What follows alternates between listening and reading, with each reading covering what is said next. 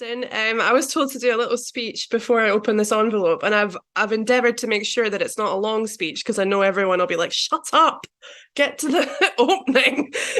But what was interesting about that introduction? Thank you, Kirsten, and thank you to the incredible shortlistees. That's 5 excerpts, and they're all exceedingly enjoyable. That's not every award ceremony that happens. So that was lovely, and congratulations to everyone. And I thought about this speech, and I thought there's nothing I can say to any of the shortlisted authors because they already know it all, as is demonstrated by the work that they've had read out tonight. And there's probably not a lot I can say to them because a lot of them are already authors. They know a lot about this world. What can I say that's helpful? And maybe this is helpful to anyone watching as well who may be an author to be or is a writer who wants to become published.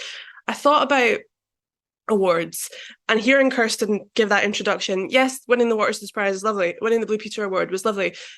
You cannot imagine how many awards I've lost. You cannot imagine how big a loser I have been since becoming a published author, how many ceremonies I've sat in and the envelope's been opened and it's not me. And after about the 50th, you start to get a little bit like panicky because as a writer, you're so lonely a lot of the time. You're alone in your room, you're just with these characters, and it's such a private thing. And it can become so easy to fixate on things like awards and think, if my name's not read out of that envelope, I should give up writing and I'm not any good. And I just wanted to say that because whenever I get introduced, people list off those awards and I cringe inside a little bit because I just think about all of the many times I've lost. So I just wanted to say that because I know that for some people tonight, this envelope could be wonderful, it could be sad, and I just want to say whatever happens, the readers are what have made my job such a pleasure. It's not the moments where you're sat in an award ceremony nervous and jittery. It's when you meet the people that actually read your work, who a lot of the time think awards are great, but for the most part are there for the story and are there for the characters. All of the things you've put out tonight, you've already got everything that you need as a brilliant children's author. The award is just a perk. So to the winner, congratulations. Of course, it's deserved, but also to the runners up. I've been in your shoes a million times, and I always feel a bit like, oh, okay, well, there we go. But you are enough, and you've made the most brilliant work. What else can I say about being a children's author? For those of you that are going to go on to have these huge careers, these incredible careers, if you're ever at an event where there's grown-up authors, they're going to get alcohol and you're going to get lemonade. That's just the rule. They're also going to get canapes and you're going to get cupcakes. I don't know why this is the way this is, but that's the rule. And you're going to meet so many people who are very much grown-ups and who control the world of children's writing. And you have to remember that everything you do is for that inner child and is for the children that are reading your work. And every story that was read from tonight would engage every child I know. And that's not easy to do. If we think about all the great authors that tried to write children's books, like Nabokov, Graham Greene, Tolstoy, they all tried to write for children and they couldn't do it because it's not easy. It's not something that anyone can do.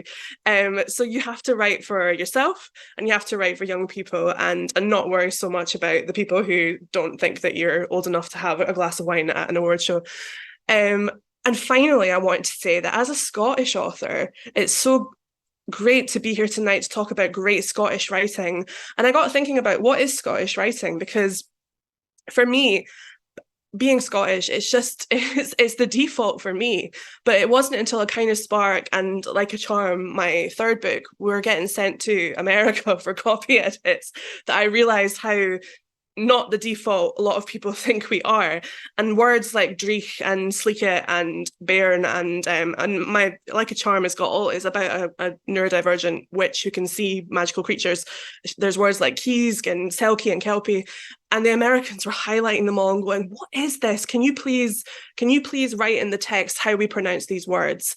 And I heard myself go, no, I won't write out how to pronounce those words. Actually, you'll just have to figure it out, because this is a Scottish voice that these characters have, and I'm not going to change wellies to rain boots because Billy Connolly didn't sing a song about rain boots, he sang a song about wellies.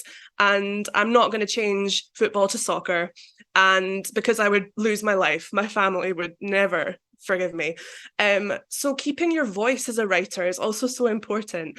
And I thought about what is a Scottish writer, because there's like, how do we define a Scottish writer? And for me, you could be born and raised in Scotland like me. You could have moved to Scotland and made it your home. You could be a lover of Scotland, like so many authors are. They have this beautiful idea of Scotland in their minds. But what makes a true Scottish writer, I think, is someone who is just a pure storyteller. Someone who can take something small and turn it into the most exciting, magical, heartfelt tale with character and plot and pathos. Like my father's a Scotsman and he's a great storyteller. He can turn a trip to the supermarket into the Ring cycle, and I'm always like blown away by how he does it. That's, I think, what makes a great Scottish writer. Is a great Scottish writer is a storyteller. And we've got 5 here tonight and they're all brilliant.